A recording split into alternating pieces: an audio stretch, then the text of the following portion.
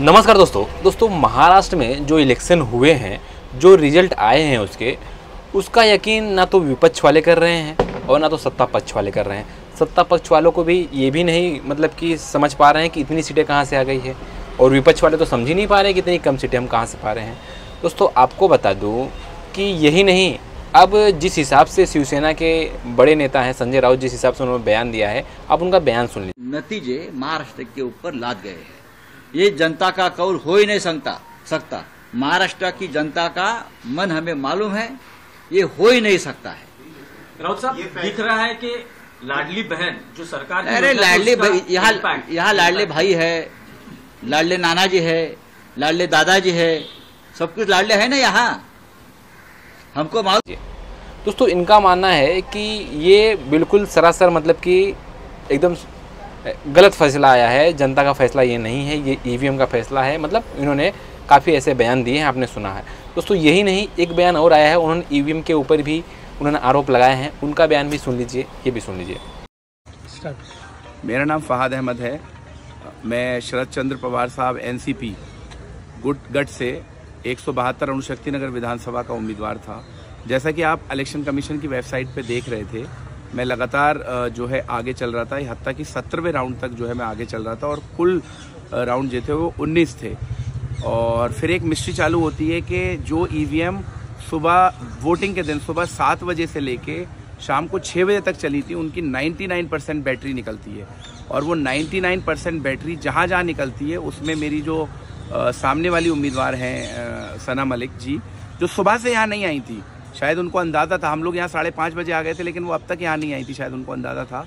लेकिन जिस तरह दोस्तों इन दोनों बयानों से एक चीज़ साफ है कि भाई महाराष्ट्र में कुछ ना कुछ खेला हुआ है, क्योंकि इतनी बड़ी लहर बीजेपी की थी भी नहीं। और कुछ लोगों का कहना है कि भाई लाडली बहन योजना ने कमाल किया, ये योजना ने कमाल किया। तो योजना तो ऐसा मुझे तो नहीं लगता है, ज़मीन पे ऐसा कुछ दिखाई भी नहीं योजना का कमाल।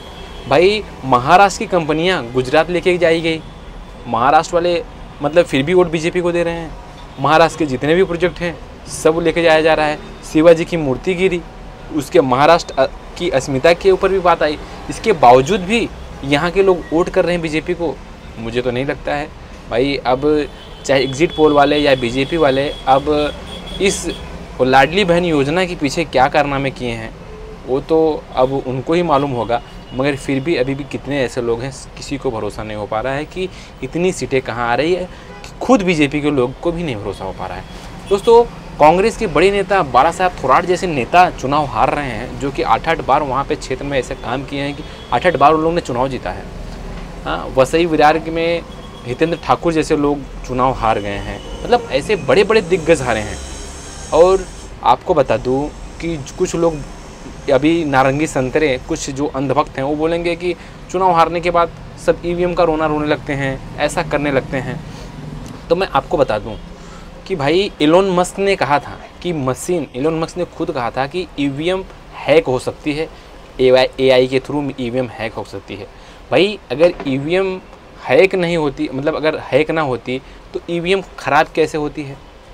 भाई अगर आप पेट्रोल का जो पेट्रोल भरते हैं वो भी तो सब एक मशीन ही है, तो उसमें चोरी कैसे होती है? भाई उसमें चोरी कैसे होती है? उसमें भी चोरी होती है ना, तो मशीन है, मशीन में चोरी हो सकती है। ऐसा एलोन मस्क ने भी कहा है कि भाई एआई के थ्रू ईवीएम हैक की जा सकती है। मैं आपको बता दूं कि जहाँ जहाँ पे बीजेपी की गवर्नमेंट होती है सेंट्रल में और स्टेट में, वहाँ पे बीजेपी बहुत भारी बहुमत जीत जाती है। जैसे कि हरियाणा में सबने कहा, सब एग्जिट पोल ने कहा कि यहाँ पे कांग्रेस की सरकार बनेगी, मगर वहाँ स्टेट में बीजेपी की सरकार थी। इस हिसाब से सेटिंग हुई कि सब रिजल्ट सब एग्जिट पोल धरे रह गए। आपको बता दो झारखंड में इनकी सरकार क्यों नहीं बनी, क्योंकि वहाँ पे जो मुख्यमंत्री थे हेमंत सोरेन, वहाँ पे इनके अधिकारियों की नहीं चल पाई। और इसके पहले मैं बोल रहा हूँ कि बंगाल में, पश्चिम बंगाल में ममता बनर्जी को क्यों नहीं हरा दे रहे हैं? इतनी बड़े कारनामे करने वाले हैं, इतने बड़े बड़े चारे क्यों नहीं हरा रहे हैं? क्योंकि उनकी स्टेट में सरकार है, अधिकारी उनकी वहाँ मनमानी नहीं चल पाएगी। आपको बता दूं जहाँ जहाँ पे स्टेट में उनकी सरकारें हैं बीजेपी की, वहाँ पे घालामैली हो रही है। दिल्ली में क्यों नहीं हो रही है? केजरीवाल क्योंकि वहाँ पे सरकार है, वहाँ पे घालामैली नहीं कर पा रहे हैं, स्टेट गवर्नमेंट उनकी है। तो दोस्तों कहीं ना कहीं लोगों के ऊपर ईवीएम का भरोसा उठता जा रहा है, और ऐसे ही होता रहा तो आने वाले समय में ईवीएम को लेकर बहुत बड़ी क्रांति भी हो जाएगी। क्योंकि जो लोग वोट दे रहे हैं उनका वोट, वो जिसे दे रहे हैं उसको वोट नहीं मिल पा रहा है, वो वोट ईवीएम में चले जा रहा है। और ईवीएम कहाँ जा रहा है, इसमें एक बहुत बड़ी मतलब कि सोचने की बात है। गवर्नमेंट को भी सोचना चाहिए, जब बाकी पार्टियां भी विरोध कर रही हैं, बाकी लोग विरोध कर रहे हैं, तो सबकी बातों को सुनना चाहिए। और ऐसे में कहा यह भी जा रहा है कि संजय राउत और बाकी जैसे नेता हैं, बाकी सब नाराज़ हैं। भाई मैं तो कहूँगा इन सभी विधायकों को इस्तीफा देना चाहिए और एक ईवीएम के खिलाफ इनको लड़ाई लड़नी चाहिए, सुप्रीम कोर्ट जाना चाहिए।